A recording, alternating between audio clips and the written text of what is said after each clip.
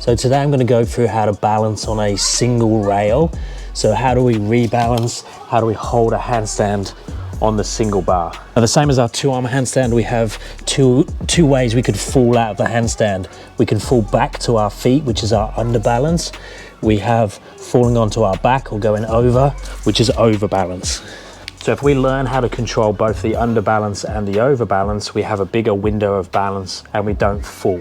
And when we're on our hands, we have our fingers and our palms that stick out in one direction, the same as our feet stick out in one direction. So that makes it a little bit easier to lean into those positions. So that makes it a little bit more simpler to think about when we lean into the overbalance, because I'm going against the force of what I can apply when I push my fingers into the floor. Now with the underbalance, when we fall into that direction, we don't have anything. We don't have anything sticking out in the other direction. The same with our feet. There's a little bit of heel, but we don't really have anything that goes backwards in that direction.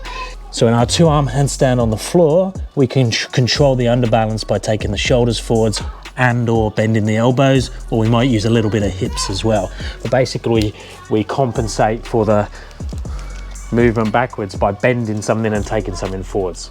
Now when we change to a single bar, instead of hands flat on the floor, we've now lost our fingers, but what we do have is this grip where we can adjust like this, so I can move my hands in that position.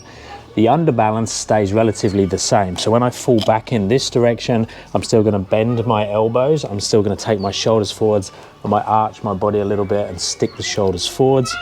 But the technique is relatively the same for the underbalance. The overbalance, it's this movement instead of the pushing through the fingers. Now I'm a big fan, and I recently put a video up on it, of getting strong in your underbalance. So having your shoulders forward, so basically catching the handstand here, because we tend to have a lot more room for error that side of the handstand. So when we kick up or when we enter the handstand, we want to be hanging out on this side a little bit more than over into that overbalance, because we're likely to fall over in that direction much easier. So there's less room for error in that direction. Same thing with the bar handstand. Now most people will be training on a single bar handstand, they'll actually start to raise their hands higher up. So we need a little bit more of a level of safety. So I'd recommend that you do this even more on the rail than you do in your flat two-arm handstand on the floor, and stay more into the underbalance. So a slightly under kick, use the bend in the arms to catch the position. See how my shoulders are staying in front of the rail? And then I'm trying to find the balance where I don't have to work so much, but I'm staying slightly underbalanced the whole time, and then pushing up to a straighter position once I've got control. But I'm definitely staying more in the underbalance and less in the overbalance, and as I feel like I'm going too much into the overbalance, I pull myself back as hard as I can back into that slight underbalance.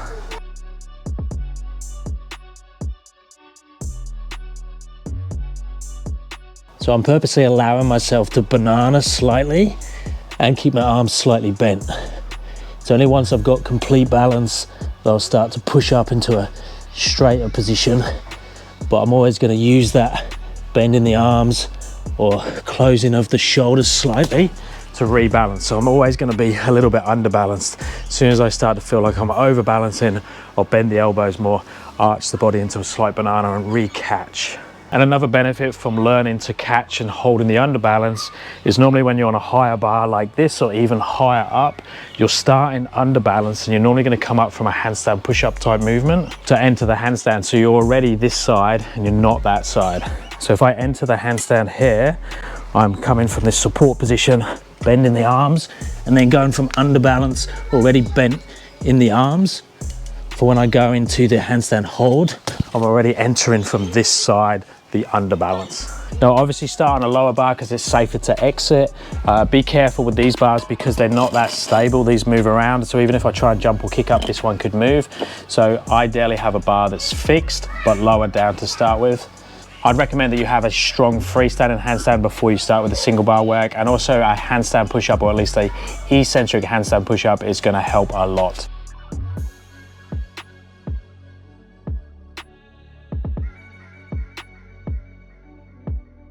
Let me know if you have any questions and I'll speak to you next time.